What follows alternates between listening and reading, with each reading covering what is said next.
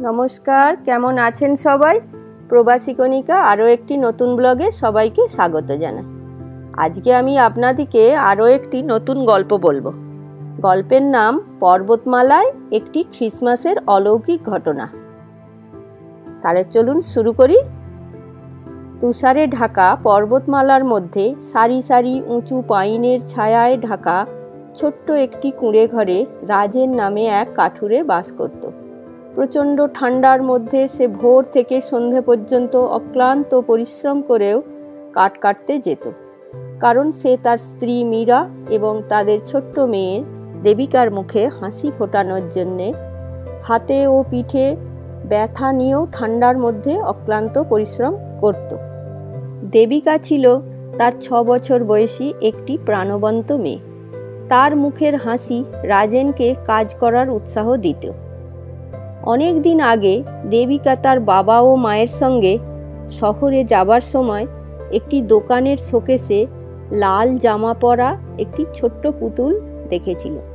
সে তখন তার বাবাকে ওই ছোট্ট পুতুলটি কেনার জন্য বলেছিল, কিন্তু বাবার হাতে সেই মুহূর্তে পয়সা না থাকায় সে ওই পুতুলটি কিনে দিতে পারেনি। কিন্তু মেয়েকে প্রমিস করেছিল যে সে খ্রিসমাসের সময় কিনে দেবে। ইতিমধ্যে খ্রিসমাসের দিন যত ঘনিয়ে আসে তত রাজেনের দুশ্চিন্তা বাড়তে থাকে যে সে কী করে টাকা জোগাড় করবে। একদিন সকালে প্রচণ্ড তুষারপাতের মধ্যেই রাজেন তার পরিবারকে ছেড়ে কাঠ কাটার উদ্দেশ্যে পাহাড়ের বুকে যাত্রা করে। দিনটি ছিল ভীষণই কষ্টকর ও ক্লান্তিকর, কিন্তু যেহেতু সে মেয়েকে খ্রিসমাসে পুতুল কেনার স্বপ্ন দেখিয়েছিল, প্রকৃতির কোনো বাধাই তাকে দমাতে পারেনি। এরপর সে জঙ্গলে ঢুকে কাঠ কেটে তারপর সে যখন কাঠের বান্ডিলটা জড়ো করছিল, ঠিক তখনই সে একটা বিকট আওয়াজ শুনতে পেল এবং দেখল যে প্রচণ্ড গতিতে তুষার ধস নেমে আসছে। দেখে সে ছুটে পালাবার চেষ্টা করল, কিন্তু শেষ পর্যন্ত পারল না। চোখের নিমেষে বরফের চাঁইয়ের তলায় সে চাপা পড়ল। তারপর সে সেখান থেকে বেরোবার জন্যে ছটপট করতে লাগলো। সেই মুহূর্তে তার একটা কথাই তার মাথায় ঘুরতে শুরু করলো যে আমি কি আর ওদের দেখতে পাবো? কি হবে মীরা আর দেবিকার? অন্যদিকে রাত নাবার সাথে সাথে মীরা আর দেবিকার দুশ্চিন্তা বাড়তে থাকে। মীরার মনে হলো রাজেন তো কোনোদিন এত দেরি করে কখনো বাইরে থাকেনি। ছোট কুঠিরটি স্বাভাবিকের চেয়েও খালি মনে হচ্ছিল। ছোট্ট দেবিকা জানালার পাশে বসে বাবার আসার অপেক্ষায় ছিল। মীরা নিঃশব্দে প্রার্থনা করছিল, কিন্তু মেয়েকে জানতে দেয়নি। হঠাৎই মেয়ে প্রশ্ন করল মাকে, মা, বাবা কখন ফিরবে? এদিকে রাজেন বরফের মধ্যে থেকে ক্রমশ নিস্তেজ হয়ে পড়ছিল বটে, কিন্তু সে তার বাঁচার শেষ আশাটুকু ছাড়েনি। ওই অবস্থাতে সে ভগবানের কাছে একটাই প্রার্থনা করছিল যে ভগবান, তুমি কিছু একটা চমৎকার করে আমাকে আমার পরিবারের কাছে ফেরত পাঠাও। এইটা ভাবতে ভাবতে সে কখন যে জ্ঞান হারিয়ে ফেলেছে সে জানেনি।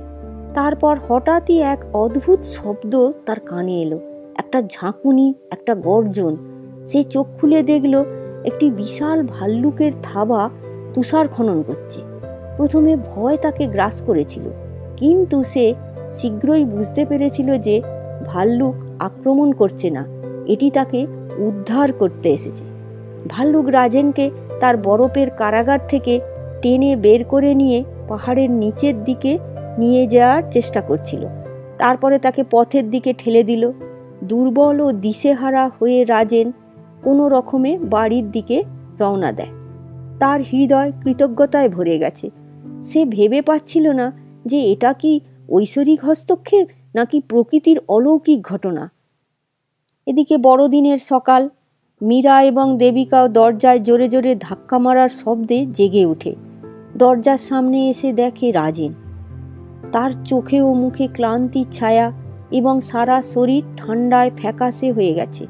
তার চোখ বেয়ে অশ্রু ঝরছে। মীরা ছুটে গিয়ে তাকে আঁকড়ে ধরে। দেবিকা তার ছোট হাত দিয়ে এমনভাবে আঁকড়ে ধরে আছে যেন আবার বাবা অদৃশ্য না হয়ে যায়। রাজেন ফিসফিস করে বলল, আমি খুব দুঃখিত, আমি পুতুল আনতে পারিনি বাবু। দেবিকা তার বাবার দিকে তাকালো। তার চোখ তখন জ্বলজ্বল করছে।